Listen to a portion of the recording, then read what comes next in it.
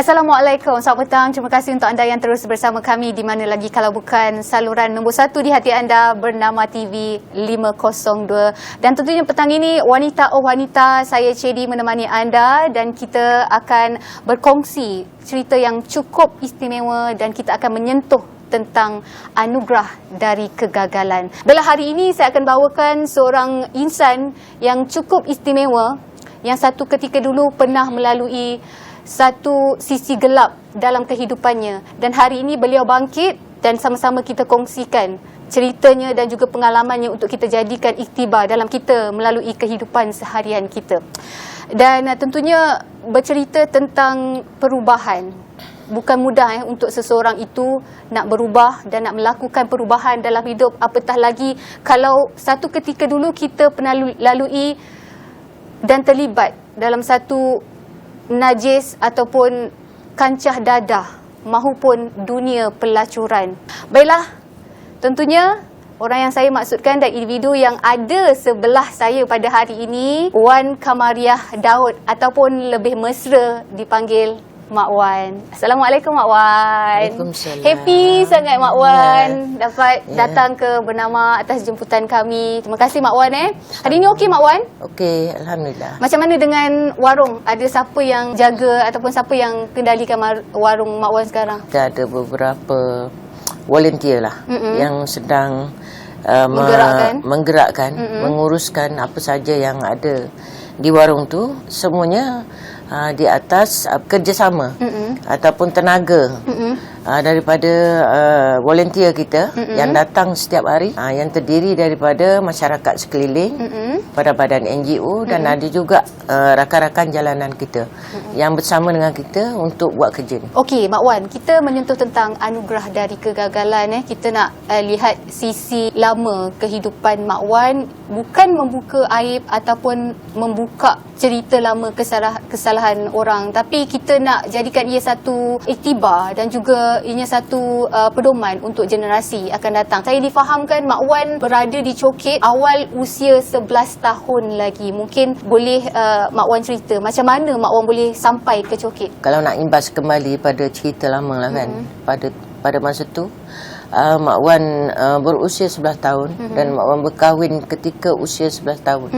Berhenti sekolah, kemudian berkahwin dengan seorang pengedar dadah lah, yang dibuang sekatan darurat di kampung Mak Wan. Orang tu, penjaga Mak Wan tu memang berkenan lah dengan orang ni. Jadi dia kahwinkanlah Mak Wan dengan dia, dengan orang ni. Setelah kahwin tu Mak Wan dibawa ke Kuala Lumpur. Mak Wan tak tahu apa sebenarnya, apa kerja dia, siapa dia. Mak Wan tak tahu. Mak Wan pun masih muda sangat lagi, 11 tahun, tak tahu apa. Tak tahu pasal cinta ke apa ke, tak tahu. Itu pilihan orang tua, maka kita terimalah. Mestilah, kita pun tak fikir adakah itu yang terbaik, adakah itu apa-apa, kita tak tahu. Sekarang kita sebagai anak ikut patuh dengan orang tua. Lagipun tu bukan ibu atau ayah kandung Mak Wan lah. Jadi Mak Wan ikut saja.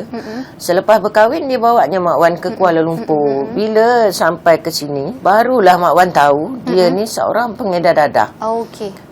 Tahu pun setelah dia ditangkap, Mak Wan sekali kena tangkap, masuk ke penjara. Mak Wan sudah jadi penagih dadah, tapi tak tahu itu adalah satu ketagihan. Tak tahu rasa ketagih tu macam mana. Tak tahu. Lama duduk di penjara dalam 2 tahun macam tu. Kemudian mahkamah menjatuhkan hukuman gantung mandatori kepada dia. Jadi selepas dia mati, selepas dia tak ada, Mak Wan nak balik kampung dah tak boleh. Keluarga angkat Mak Wan dah tahu Mak Wan terlibat dengan dadah. Jadi rejeksi lah kat situ. Mak Wan teruslah terkandas di Cokit. Dalam usia yang masih muda, tak tahu nak buat apa. Ingat lagi tak Mak Wan, usia Mak Wan berapa lepas suami ditangkap masuk penjara? Selepas suami dihukum gantung, umur Mak Wan masa tu belasan tahun lagi. 14 tahun. 14 tahun. Lepas tu pada masa itu pengedar dadah dia, kalau Mak Wan masih muda, masih kategori kanak-kanak lah. Jadi kiranya macam penguat kuasa ni dia tak boleh kesan. Kalau macam sekarang kan dah tahu. Kalau kata seorang ibu, seorang penagih bawa baby, kat situ dia ada clash sikit kat situ kan. Dia akan gunakan, tapi masa Mak Wan dia takkan tahu. Mak Wan ni tahu bawah umur, tapi dia tak tahu Mak Wan aktiviti buat kerja dadah ni. Dia tak tahu. Okey Mak Wan, kita nak tahu bagaimana kehidupan Mak Wan selepas suami ditangkap dan dihukum gantung. Apa pekerjaan yang Mak Wan lakukan selepas ketiadaan suami itu? Kita nak berhenti rehat seketika Mak Wan dan kembali selepas ini di Wanita Oh Wanita. Jangan ke mana-mana.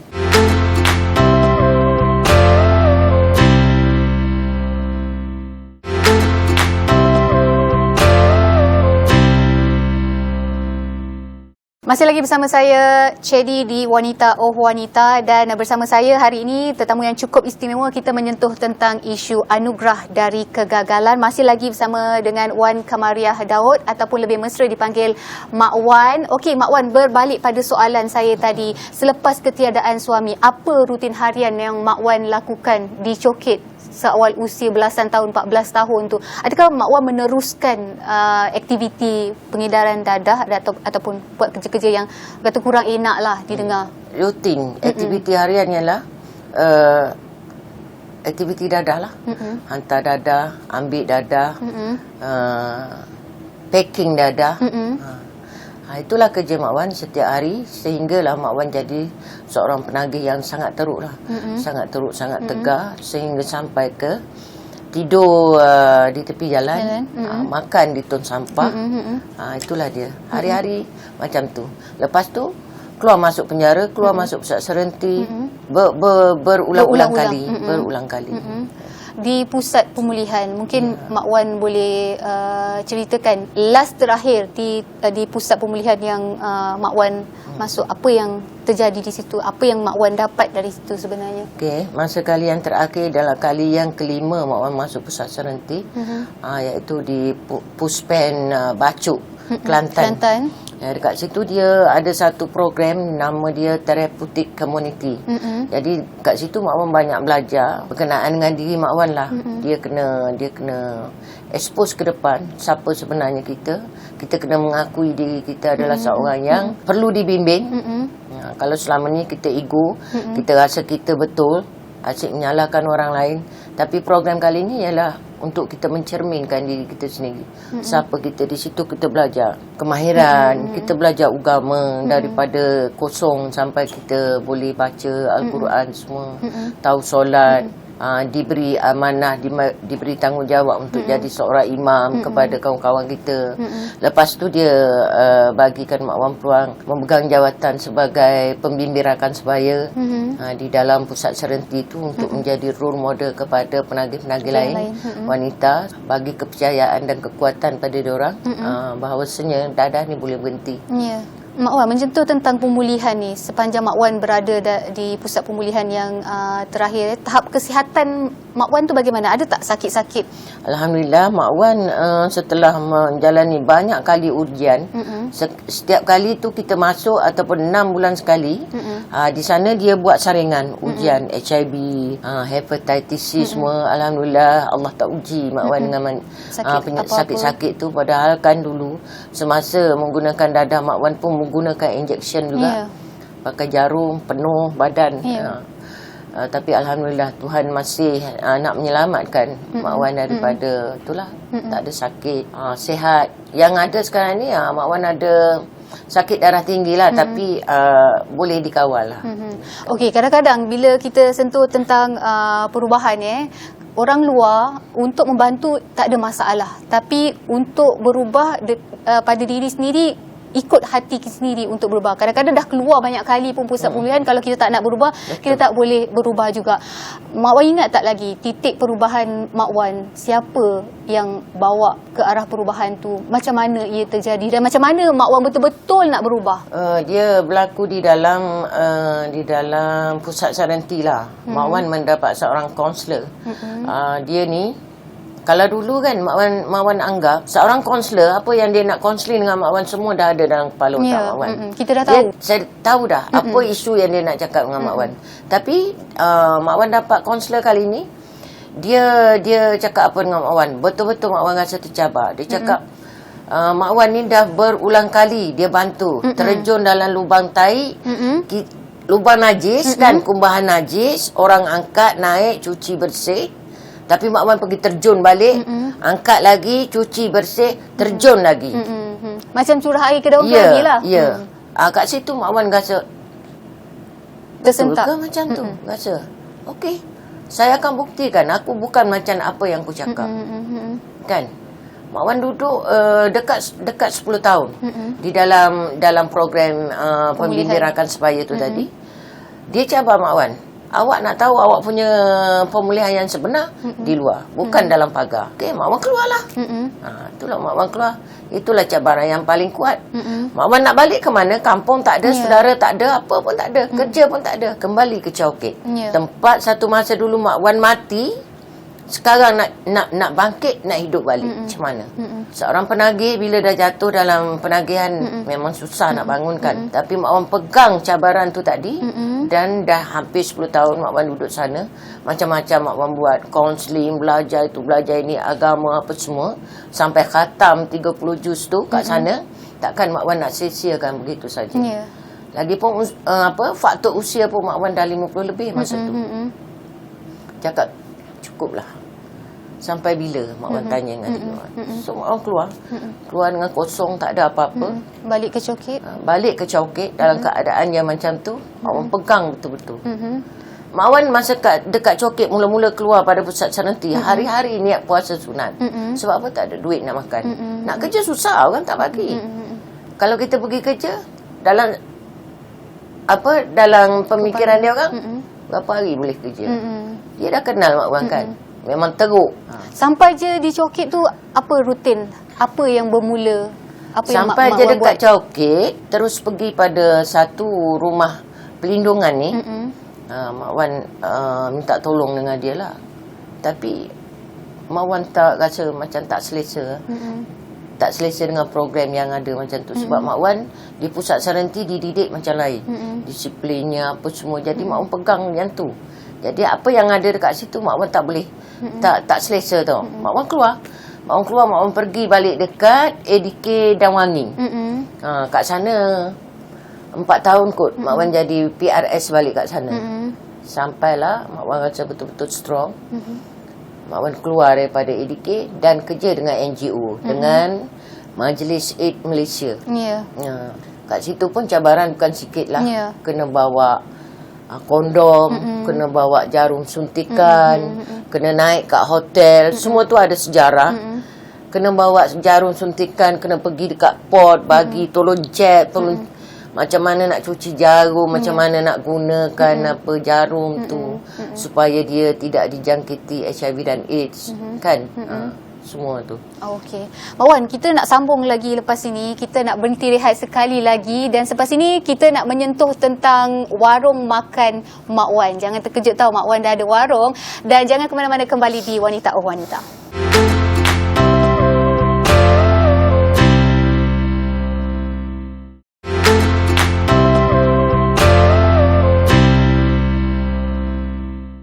Kembali di Wanita Oh Wanita, dan hari ini masih lagi bersama saya tetamu yang cukup istimewa, Wan Kamaria Daud, ataupun lebih mesra dipanggil Mak Wan. Okey, sebelum kita menyentuh tentang warung makan sahabat yang diuruskan oleh Mak Wan dan juga rakan-rakan NGO yang lain, saya sebenarnya nak tahu sangat, mungkin Mak Wan boleh kongsikan pengalaman Mak Wan berhadapan dengan situasi yang mana orang luar ni tak boleh nak bayangkan yang pernah terjadi dan berlaku di dunia ni. Mungkin di sebalik kegiatan-kegiatan penagihan dada ataupun dunia pelacuran, lahir tanpa bapa itu perkara biasa. Apa yang tak boleh terfikir di akal yang terjadi di lorong Chowkit ni sendiri? Mungkin Mak Wan boleh ceritakan, beranak tepi jalan ke, bagaimana Mak Wan? Satu kejadian lah, sewaktu Mak Wan masih menagih dulu.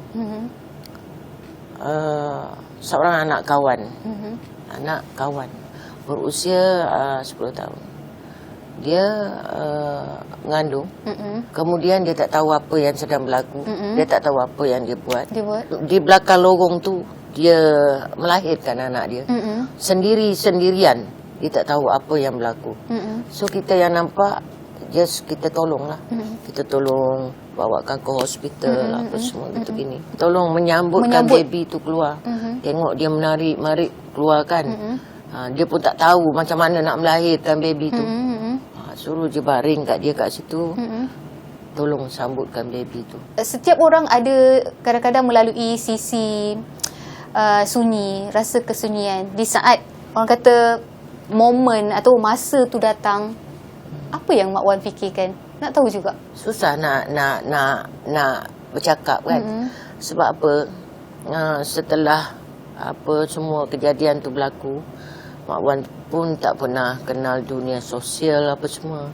Dapat suami terus jadi macam gitu, terus Mak Wan tenggelam dalam dunia macam tu. Dan satu benda yang Mak Wan tak dapat nak tafsirkan. Waktu sunyi, hanya Mak Wan tahu hanya ada Allah. Allah kau tolonglah, bagilah jalan apa yang perlu ada dalam hidup ni. Apa yang perlu aku penuhi hidup aku.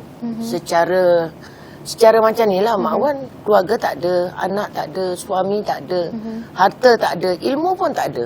So Mak Wan serah pada Allah, apa yang dia mau isi tu, Mak Wan terima saja apa yang ada.